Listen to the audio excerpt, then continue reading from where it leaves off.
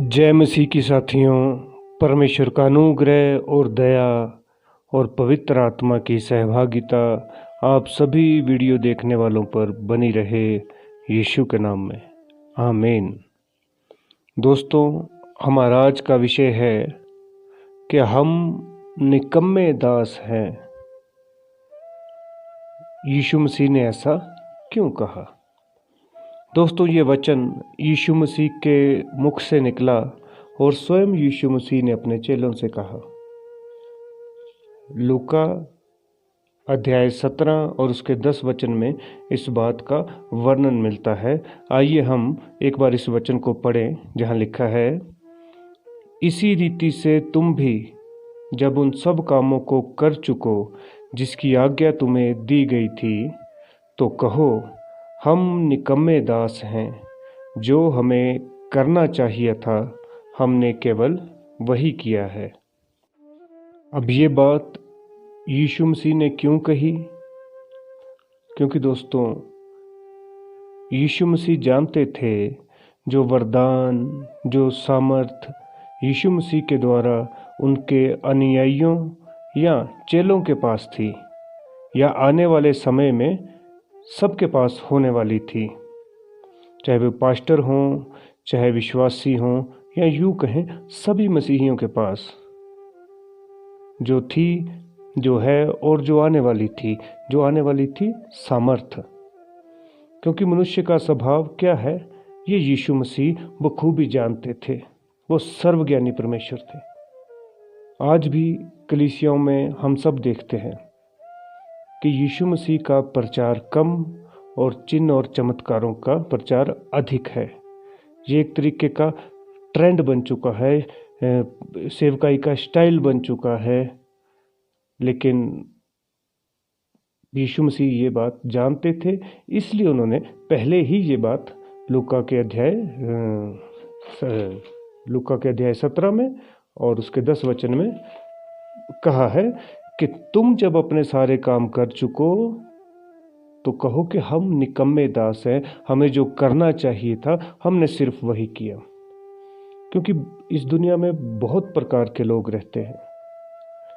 बहुतेरे इसी बात से फूल जाते हैं कि मेरे पास ये वरदान है, मैं मुर्दे जगा देता हूँ, या मैं बीमारों को ठीक कर देता हूँ। कुछ इसी प्रकार के भाव से ग्रसित जो लोग हैं, वो आपने देखेंगे कि वो गर्त में चले जाते हैं और बड़े ही आत्मसम्मान और गर्व से, या यूं कहूँ घमंड में, अपना पूरा जीवन और सेवकाई को लिए चलते हैं। बहुत से लोग इसे अपने कौशल, उपलब्धियों, अपने स्तर या वित्तीय संसाधन जैसे पैसा या दिखावे पर आधारित मूल्य की भावनाओं के रूप में परिभाषित करते हैं। इस तरह का आत्मसम्मान एक व्यक्ति को आत्मनिर्भर बनने, घमंड की ओर और स्वयं की पूजा में सम्मिलित होने, जो परमेश्वर के लिए हमारी इच्छा को कमजोर बना देता है। याकूब अध्याय 4 और 6 में लिखता है, हमें बताता है ये वचन कि परमेश्वर अभिमानियों का विरोध करता है, पर दीनों पर अनुग्रह करता है। हमारा सब कुछ मसीह पर आधारित होना चाहिए। हमें परमेश्वर के सामने स्वयं को नम्र करना चाहिए। भजन संहिता अध्याय 16 वचन 2 में दाऊद कहता है कि तू मेरा प्रभु है, तेरे सिवा मेरी भलाई कहीं नहीं। मतलब कि फुली डिपेंडेड ऑन गॉड, पूरी तरह से, अपने पुराने तजर्बों से नहीं, अपनी दृष्टि में बुद्धिमान बनकर भी नहीं, वरन दीन और नम्र बनकर हमें सेवकाई करनी चाहिए। चाहे आप एक विश्वासी हैं, पास्टर हैं, या मसीह में छोटे से छोटे कुछ भी हैं। ये परमेश्वर का अनुग्रह है और उसकी दया है कि उसने हमें चुना। ये हमारे काबिलियत के आधार पर नहीं, ना ही हमारी मेहनत के आधार पर है, वरन उस परमेश्वर की रहमत के आधार पे है, उसके अनुग्रह के आधार पे है। अगर आज हम मसीह में हैं, चाहे हम कुछ भी हैं, छोटे से छोटे, बड़े से बड़े। हम जान सकते हैं कि हम इसलिए मूल्यवान हैं। हमें ये जानने की ज़रूरत है कि हम मूल्यवान क्यों हैं। क्योंकि परमेश्वर ने अपने पुत्र यीशु मसीह के लहू द्वारा उस उच्च मूल्य को अदा किया है, एक कीमत चुकाई गई है। बाइबल बताती है कि परमेश्वर ने हमें उस समय मूल्यवान बना दिया जब उसने उसके लोगों को अपने लिए खरीद लिया। इफिसियों की पत्री अध्याय 1:14 में कि परमेश्वर ने लहू का दाम देके, अपने लहू से कीमत चुका के अपने लोगों को खरीद लिया। ये उसका अनुग्रह है। आज के दौर में हमारे पास छोटा सा वरदान या छोटी सी आशीष आ जाती है तो हम गर्व से, घमंड से फूल जाते हैं। और ये कोई ऐसा नहीं है कि बहुत कम लोग हैं। हर कलीसिया में आपको आधे से ज़्यादा लोग ऐसे ही मिलेंगे, या पूरे के पूरे भी मिल सकते हैं। कुछ लोग अपने पुराने तजर्बों से, पुराने एक्सपीरियंस से चलते हैं कि एक बार मैंने ये कर दिया था, एक बार मैंने वो कर दिया था, या मैं जिसके ऊपर हाथ रखता हूँ वो चंगा हो जाता है। तो ये परमेश्वर का अनुग्रह है। याद रखिए, ये परमेश्वर का अनुग्रह है, उसकी दया और उसका चुनाव है कि उसने आपको चुना। वो आपके थ्रू, आपके द्वारा अपनी महिमा और सामर्थ्य को प्रकट करता है। ये उसका बड़प्पन है। हम में कोई खूबी और लियाकत नहीं है। ये वचन जो हम पढ़ रहे हैं लूका 17:10 का, ये यही समझाने की कोशिश कर रहा है। और यीशु मसीह भी इसलिए बोल रहे हैं कि जब तुम अपने काम कर लो, काम मतलब जो भी आपकी बुलाहट है, जब आप उसको ईमानदारी से कर लो तो भूलने की ज़रूरत नहीं है। अगर आपको चंगाई का वरदान है तो आप लोगों को चंगा करो यीशु के नाम से। अगर आपके पास आश्चर्य के काम करने का वरदान है तो कीजिए। आपके पास जो भी वरदान है आप उसे परमेश्वर की महिमा में यूज़ कीजिए। हमें रिप्रेजेंट परमेश्वर को ही करना है, अपने आप को नहीं करना है। और यही छोटी सी चूक एक बहुत बड़ा रिजल्ट लेके हमारे सामने आती है। तो मेरी उन तमाम वीडियो देखने वालों से विनती है कि किसी भी प्रकार के घमंड में ना रहें, अपने पिछले तजर्बों से ना चलें, पिछले एक्सपीरियंस से ना चलें। आज में यकीन रखें, परमेश्वर के अनुग्रह में बढ़ते जाएं। घमंड बहुत घातक है और परमेश्वर इस घमंड से बैर रखता है। दुश्मनी है परमेश्वर की इससे। वरन परमेश्वर इस घमंड से और घमंडी लोगों से घृणा भी करता है। घृणा, ये अपने आप में बहुत बड़ा शब्द है। तो इस कारण हमें क्या करना चाहिए? हमें परमेश्वर के आगे दीन और नम्र बन के दुआएं करनी चाहिए, उसकी अधीनता में, उसके वचन में चलना चाहिए। इस कारण क्योंकि सिर्फ परमेश्वर ही है जो आदर और महिमा और प्रशंसा के योग्य है। याद रखें, क्योंकि लिखा है कि प्रभु के सामने दीन बनो तो वे तुम्हें शिरोमणि बनाएगा, याकूब 4:10 में। और आगे कुछ वचन हैं, लिखा है जो कोई अपने आप को बड़ा बनाएगा वे छोटा किया जाएगा, लूका 14:11 में। और नीति वचन अध्याय 18 और उसके 12 वचन में साफ लिखा है कि नाश होने से पहले मनुष्य के मन में घमंड और महिमा पाने से पहले नम्रता उत्पन्न होती है।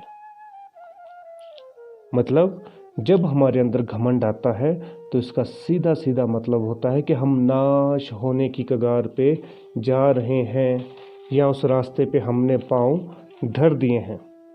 ऐसे बहुत से वचन हैं जो हमें ये बताते हैं कि घमंड से हमारी आत्मिक उन्नति रुक जाती है और परमेश्वर और हमारे बीच की जो दूरी है वो बढ़ जाती है, और हम उस लक्ष्य को कभी भी प्राप्त नहीं कर सकते जो परमेश्वर ने हमारे लिए रखा है। घमंड इतनी बड़ी बीमारी है। इसलिए यीशु मसीह ने कहा कि जब तुम अपने सभी कार्य कर लो तो कहो कि हम निकम्मे दास हैं। हमें उसका शुक्र करना चाहिए कि मेरे मालिक, मेरे परमेश्वर, तूने मुझे चुना। ये करना चाहिए हमें। ये नहीं करना चाहिए कि हम में कोई क्वालिटी थी, हम में काबिलियत थी, मैं ज़्यादा पढ़ा लिखा था, मैं अमीर था, मुझे बात करने का मेरा जो लहजा था वो ज़्यादा अच्छा था, परमेश्वर ने ये देख के चुना। नहीं, हमारी काबिलियत के आधार पे नहीं है दोस्तों। इस घमंड से बच के रहिए। अगर हमें मसीहत में कोई आशीष मिल जाती है, अच्छा घर बना लेते हैं, सुख शांति मिल जाती है, नौकरियां मिल जाती हैं, तो इसका मतलब ये नहीं है कि हम में कोई काबिलियत थी और तब परमेश्वर ने उसे आशीष के रूप में दिया। नहीं, हर चीज़ हमारे लिए हो सकता है अच्छी हो, लेकिन हर चीज़ परमेश्वर की ओर से नहीं हो सकती। केवल अच्छी चीज़ भी परमेश्वर की ओर से नहीं होती, और हम अक्सर उस चीज़ की तरफ ज़्यादा आकर्षित होते हैं, और इससे जो विज़न, जो दर्शन परमेश्वर, जो भविष्य परमेश्वर हमारे लिए चाहता है, वहाँ तक हम कभी नहीं पहुँच पाते। तो मेरी तमाम वीडियो देखने वालों से विनती है हाथ जोड़ के कि अपने आप को दीन कीजिए, नम्र कीजिए। ये सिर्फ मनुष्य से नहीं हो सकता। दुआ कीजिए कि प्रभु मेरे दिल में झांक, मेरे जीवन में झांकिए पिता, कि कहीं इसमें कोई ऐसी बात तो नहीं जो मेरे रास्ते का रोड़ा बन जाए। और जब आप अपनी अपनी बुलाहट को पहचान जाए और वो कार्य जो परमेश्वर ने आपको सौंपा है, याद रखिए, जो भी काम परमेश्वर ने आपको सौंपा है वो छोटा है या बड़ा, किसी से हम रीस नहीं कर रहे। अगर मुझे झाड़ू मारने का काम सौंपा है तो मेरी जवाबदारी यही होगी कि जो मुझे काम दिया मैंने कितने अच्छे से झाड़ू लगाया। सिंपल। ये ना देखें कि मैं झाड़ू लगाने का काम मेरे पास है, मेरे पास छोटा काम है, वो करोड़पति है, वो अरबपति है, उसके पास अच्छा काम है या उसकी समाज में ज़्यादा प्रतिष्ठा है। नहीं, जिसको जो दिया गया है हिसाब वही लिया जाएगा। भरोसा रखें परमेश्वर पे, दुआ करें, और प्लीज़ इस घमंड से दूर रहें। ये कब आपको खा जाएगा, कब आपका सब कुछ खत्म हो जाएगा, ये कोई नहीं जानता। इसलिए दुआ करें कि पिता मुझ पर दया करें और मेरे अंदर से इस भाव को दूर करें, ताकि तेरी दीनता और नम्रता आए। क्योंकि जब दीनता और नम्रता आएगी, उसके बाद ही आप महिमा के हकदार होंगे। जैसा कि नीति वचन हमें साफ साफ बताता है कि नाश होने से पहले मनुष्य के मन में घमंड आता है और महिमा पाने से पहले नम्रता। तो हम विश्वास करते हैं कि आपको ये वीडियो अच्छा लगा होगा और समझ भी आया होगा। इस वीडियो से अगर आपने कुछ सीखा हो तो हमें कमेंट में ज़रूर बताएं, और अगर कोई त्रुटि, कोई गलती हो तो उसे भी प्लीज़ नोटिफाई करें। महिमा प्रभु की चैनल तमाम वीडियो देखने वालों का धन्यवाद करता है। परमेश्वर का अनुग्रह, दया और शांति आप तमाम वीडियो देखने वालों पर सदा बनी रहे। यीशु मसीह के नाम में आमीन।